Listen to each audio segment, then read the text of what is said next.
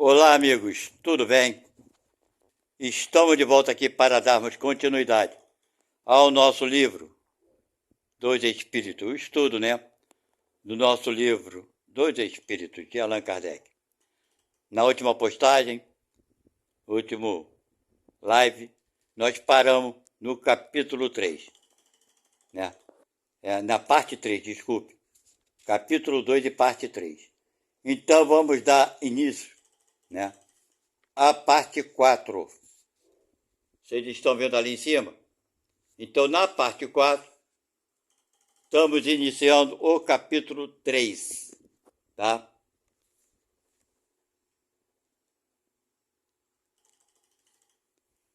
Esse estudo está sendo feito dessa forma porque achei por bem mostrar, tudo aquilo que está escrito aqui na sua íntegra, para que não haja dúvidas nas pessoas pensarem que eu inventei qualquer história, qualquer ensinamento ou qualquer coisa que os espíritos disseram, ok? Então, aqui que estão chegando pela primeira vez, nós já tivemos 3 partes, Lemos o capítulo 1 e 2. Então, cada capítulo, dependendo do tamanho do capítulo, eu vou dividir por partes, para que o vídeo não fique muito longo, nem tampouco muito cansativo.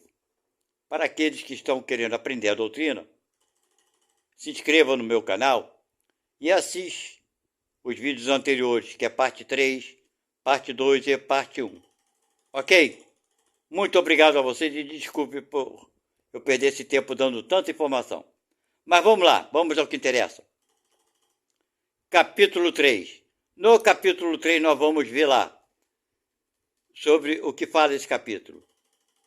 Fala sobre a formação dos mundos, formação dos seres vivos, povoamento da terra, Adão, diversidade das raças humanas, pluralidade dos mundos, considerações e concordâncias bíblicas a respeito da criação. Tudo isso está dentro desse capítulo 3. Então vamos lá. Formação dos mundos, que é o primeiro tema. O universo compreende a infinidade dos mundos que vemos e aqueles que não vemos. Todos os seres animados e inanimados, todos os astros que se movem no espaço, assim como os fluidos que o enchem. Pergunta: o universo foi criado ou existe de toda a eternidade como Deus? Resposta: sem dúvida que ele não pôde fazer-se por si mesmo. E se fosse de toda a eternidade como Deus, não poderia ser obra de Deus. A razão nos diz que o universo não pôde se ter feito a si mesmo e que, não podendo ser obra do acaso, deve ser obra de Deus. Pergunta: como Deus criou o universo? Resposta: por sua vontade. Nada traduz melhor essa vontade toda poderosa que estas belas palavras do Gênesis. Deus disse: que a luz seja, e a luz foi. Pergunta: poderemos conhecer o modo da formação dos mundos? Resposta: tudo que se pode dizer e podereis compreender é que os mundos se formam pela condensação da matéria, disseminada pelo espaço. Pergunta: os cometas seriam, como se pensa atualmente, um começo de condensação da matéria e de mundos em via de formação?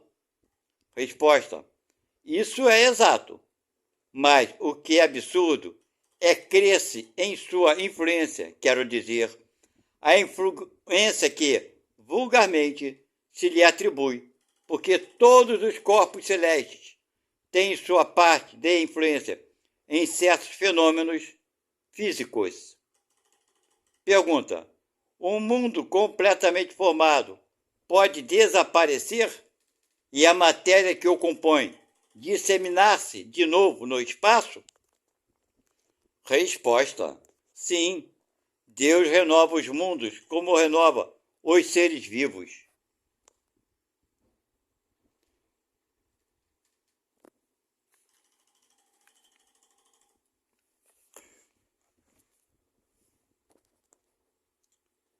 Pergunta: poderemos conhecer a duração da formação dos mundos, da Terra, por exemplo? Resposta: nada posso te dizer a respeito, porque o Criador, porque só o Criador o sabe, e bem louco seria quem pretendesse saber ou conhecer o número de séculos dessa formação. Bem, meus irmãos, tá vendo como isso aqui é importante? Porque tem muitas não, mas existem algumas mensagens aí da vida espiritual querendo datar que o planeta Terra nasceu em determinada época, em determinado tempo e coisa e tal. Então ele aqui é bem claro: nada posso te dizer a respeito, porque só o Criador sabe, e bem pouco seria quem pretendesse saber e conhecer o número de séculos dessa formação, né? Botou aqui da Terra, né? Poderemos conhecer a duração da formação dos mundos, da Terra, por exemplo? Olha bem, da Terra, por exemplo. Então, a ciência está tentando, fala em 4 bilhões de anos, mas é loucura, não dá para saber exatamente quando começou. Porque eu acho que o início da formação do planeta Terra se conta muito antes dele ter se formado, né? O princípio é que nem o ser humano. Ah, fulano nasceu, tá? Mas aquela criança teve início quando? Quando um espermatozoide fecundou o óvulo. Não é verdade? Aquele corpinho começou a ter forma. Isso nós sabemos. Mas peraí, e o espermatozoide, né? Que veio do homem? Então sempre terá uma pergunta: quando começou? Se não tiver o espermatozoide do homem, a criança não nasce. Se não tiver o óvulo feminino, não existe fecundação da mesma forma. Precisa haver alguma combinação de células, não é isso? No caso do ser humano. E numa coisa física mais bruta, depende de quê? Da união de quê? Do pó, né? Das partículas trafegando pelo espaço. Bem, entenderam, né? Vamos dar continuidade. De onde vieram os seres que vivem sobre a Terra? Agora já está falando dos seres vivos, né? A resposta: a Terra continha os germes que aguardavam o momento favorável para se desenvolverem. Os princípios orgânicos se congregaram desde que cessou a força que os mantinha afastados, e eles formaram os germes de todos os seres vivos.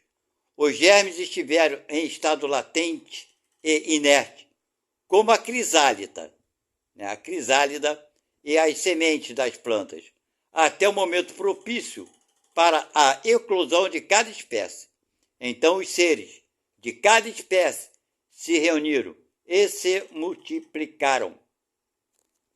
Então nós estamos vendo, por exemplo, existe dentro de cada ser humano, não só do ser humano, mas vamos lá, dentro de nós seres humanos, vermes que, enquanto estamos vivos, fora aqueles vermes que a gente pega doenças, mas não estou falando desses vermes, não. Eu estou falando de outros vermes que consomem o corpo depois que a gente morre. Eles comem o corpo todo, mas esses vermes não estão latentes, dentro, vivos. Eles estão adormecidos dentro do nosso corpo. Quando o corpo começa a apodrecer, aí eles acabam se formando pela aglomeração o quê? Das células e se tornam vivos, que são eles que vão decompor, né, os restos humanos, os restos mortais. Então a gente está vendo que estão em que forma? Estão adormecidos, né, latentes, só aguardando o momento propício para se formarem. Então nós temos isso dentro do nosso corpo. Imagina no reino todo. Então vamos dar continuidade. Então vou repetir o que a gente responde. Eles estavam, por assim dizer, em estado de fluido pelo espaço, entre os espíritos ou em outros planetas, esperando a criação da Terra para começar uma nova experiência sobre o novo globo, certo? Então todos esses germes estavam adormecidos pelo espaço, aguardando a Terra estar propícia para que eles acordassem por aqui. Na verdade, foram depositados aqui através dos cometas, de astros, etc. e tal, da própria nuvem cósmica espacial, e no momento que o planeta estava sob certas condições, eles se desenvolveram. Né? É bem básico isso, você pega 2 sementes de uma fruta que seja, de uma planta qualquer que seja, e planta elas em terras diferentes. Uma você planta no barro e a outra você vai plantar na terra. Você vai notar que uma vai demorar muito mais tempo para eclodir do que a outra. Bota uma no sol e bota uma na sombra. Existem sementes na natureza que levam séculos para germinar. Ok? Aguardando o quê? Um ambiente propício. Então assim foi com toda espécie que existe no planeta Terra. Quando chegou o momento propício, qual era o momento propício? Quando o clima, a temperatura, a umidade, o calor, tudo isso influenciou para que esses germes se brotassem, por assim dizer, né? Então vamos lá. E ele vai dar continuidade à sua resposta aqui. A química nos mostra as moléculas dos corpos inorgânicos unindo-se. Desculpe, minha garganta está ruim. A química nos mostra as moléculas dos corpos inorgânicos unindo-se para formarem cristais de uma regularidade constante, segundo cada espécie, desde que estejam nas condições desejadas. A menor perturbação nessas condições basta para impedir a reunião dos elementos, ou pelo menos a disposição regular que constitui o cristal. Por que não ocorreria o mesmo com os elementos orgânicos? Conservamos durante anos sementes de plantas e de animais que não se desenvolvem senão em uma dada temperatura e num meio propício. Vocês estão vendo aquilo que eu falei antes? No meio propício e no ambiente. Conforme eu falei da semente, planta numa terra, barro e na terra, você vai ver. Se for propício, ela vai brotar rápido. Do contrário, ela vai levar mais tempo. Vamos lá. Tem-se visto grãos de trigo germinarem depois de vários séculos. Lembra que eu falei? Vários séculos, não é pouco tempo não. Há, portanto, nessas sementes, um princípio latente de vitalidade que aguarda uma circunstância favorável para se desenvolver. O que se passa diariamente sob vossos olhos não pode ter existido desde a origem do globo? Vocês estão vendo? O que passa agora? Quer dizer, não pode ter existido desde a origem do globo? Claro que sim, né? Essa formação de seres vivos, partindo do caos pela força da própria natureza, diminui alguma coisa da grandeza de Deus? Longe disso. Ela responde melhor à ideia que fazemos de sua força se exercendo sobre os mundos infinitos por meio de leis eternas.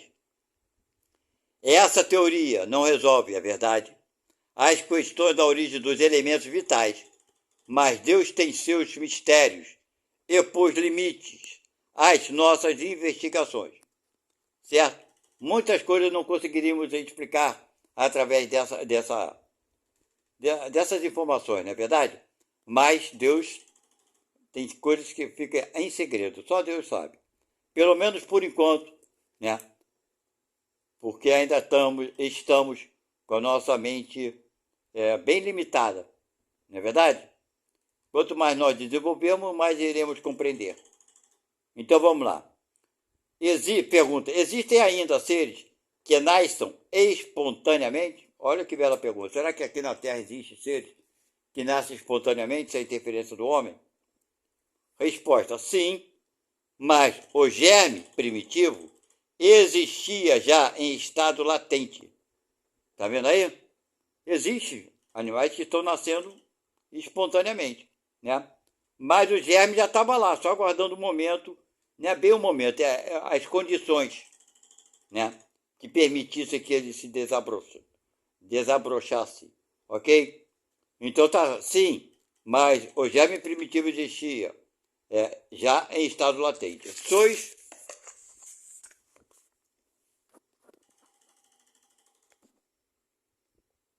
Sois testemunhas todos os dias desse fenômeno.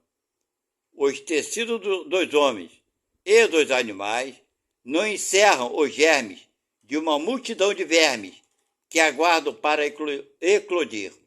A fermentação, olha bem, pútrida, necessária à sua existência, nós estamos vendo aqui, olha bem, os tecidos dos homens, dos animais, não encerram os germes de uma multidão de vermes que aguardam para eclodir. A fermentação pútrida necessária à sua existência, quer dizer, não é isso que eu acabei de falar ali anteriormente? Os vermes estão só aguardando. A carne apodreceu e eles se desenvolvem para, ter vida e comer o resto mortais.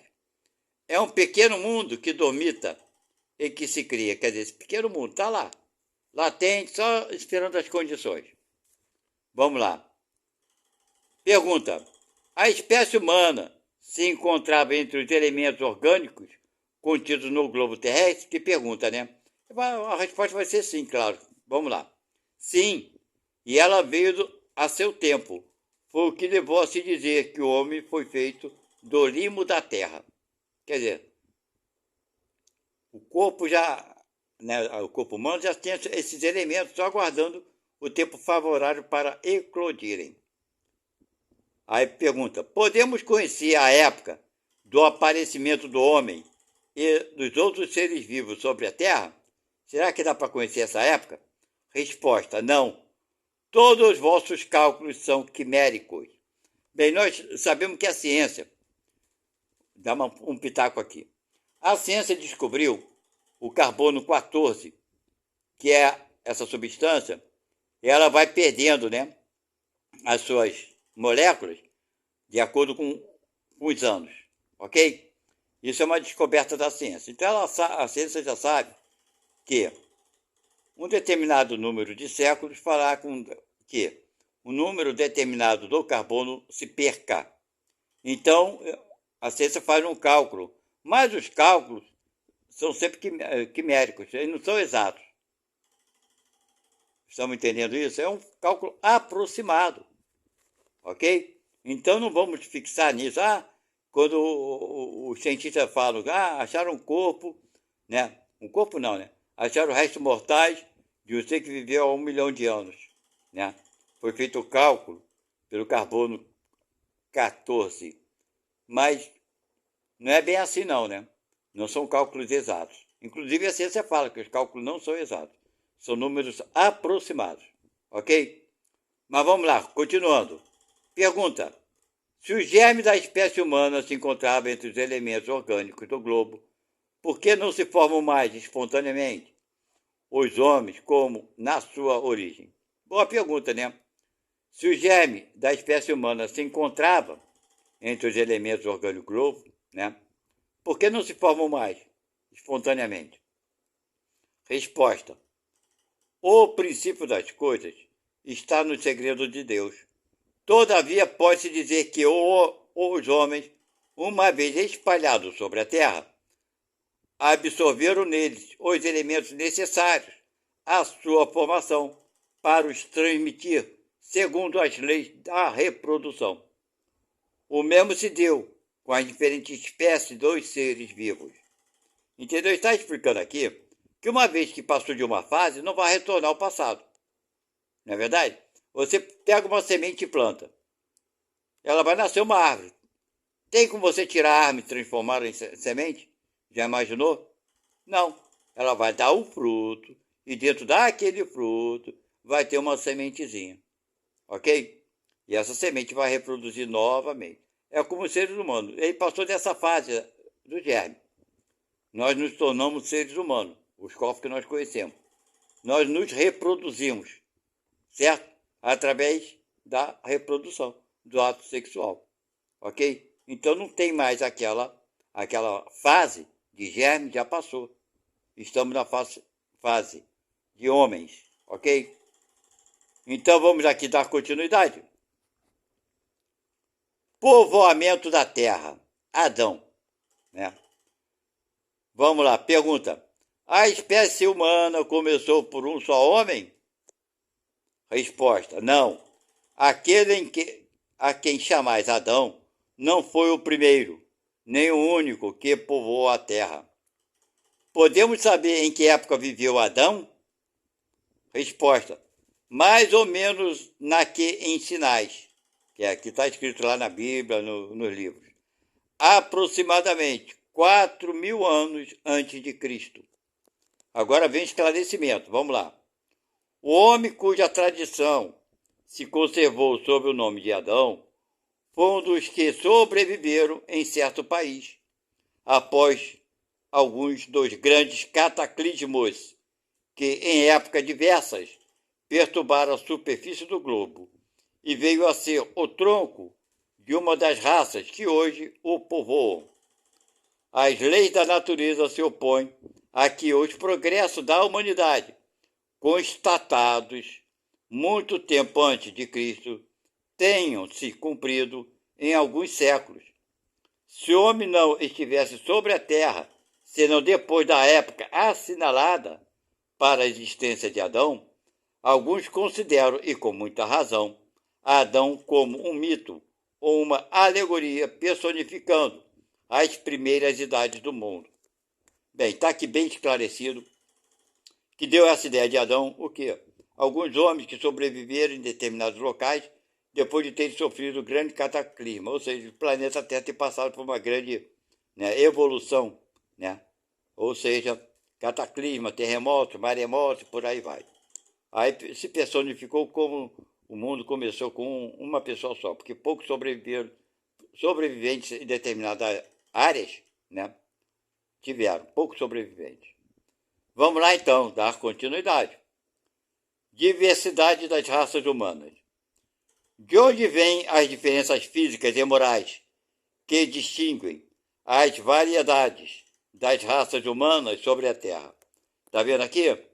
Se fosse de Adão e Eva, não teriam, né, essas diferenças físicas e morais na raça humana. Vamos ver aqui. Aqui, qual é a resposta, né? A resposta vem do clima, da vida e dos costumes. O mesmo ocorre com dois filhos da mesma mãe que, educados um longe do outro e diferentemente, não se assemelham em nada quanto à moral. Pergunta, o homem nasceu sobre diversos pontos do globo? Resposta, sim, e em épocas diferentes, diversas. E isso é uma das causas da diversidade das raças. Tá vendo aí, gente? Sim, em épocas diversas, diferentes, claro. Isso dá a causa da diversidade das raças. Depois dos homens, em se dispersando sobre diferentes climas e aliando-se a outras raças, formaram os novos tipos. Então isso é lá no início, ok? Quer dizer, os homens andavam o quê? Eram nômades, né? Tinham que andar, caçar para sobreviver. E raças diferentes acabaram se misturando.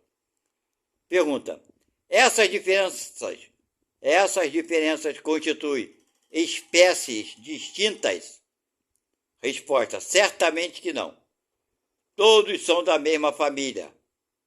As diferentes variedades de um mesmo fruto impedem que pertençam à mesma espécie?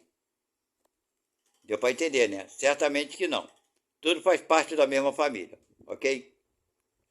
Embora os corpos físicos sejam diferentes. Pergunta, se a espécie humana não procede de um só, os homens devem deixar por isso de se reconhecerem como irmãos? Bela pergunta, né? Resposta, todos os homens são irmãos em Deus, porque são animados pelo Espírito e tendem ao mesmo fim.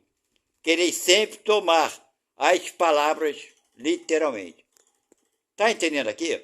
Somos diferentes, sim, corpos, mas espíritos não, temos o mesmo princípio. O corpo fica, apodrece, não interessa se sou negro, branco, amarelo, vermelho, preto, azul, cinza, baixinho, alto, gordo, magro, feio, bonito, velho ou novo, não importa se é corpo, tá? Mas eu, espírito, não sou diferente do outro que é espírito.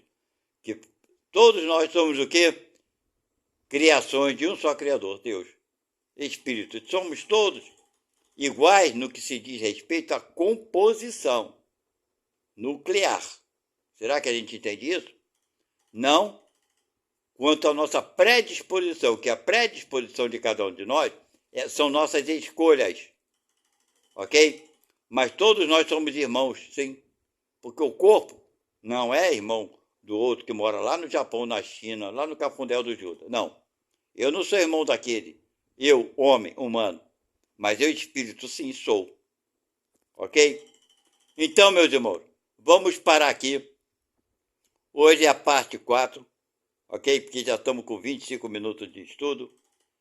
Nós vamos parar aqui para a parte 5. Depois vamos falar sobre pluralidade dos mundos. Certo? Então, nós entendemos muito bem esse capítulo até agora, né? Que estamos lendo aqui. Deu para entender aqui que todos nós somos irmãos em Deus. Isso é o mais importante. Ninguém é melhor do que ninguém. Todos nós estamos aqui para aprender, né? Aprender o quê? Aprender a sermos melhores uns que os outros, aprender a sermos felizes, sim, porque ninguém nasceu para ser sofredor. O sofrimento é opção, ok? Nós nascemos, sim, para sermos felizes. Temos que lutar por isso, sim, mas temos que saber buscar a felicidade, tá?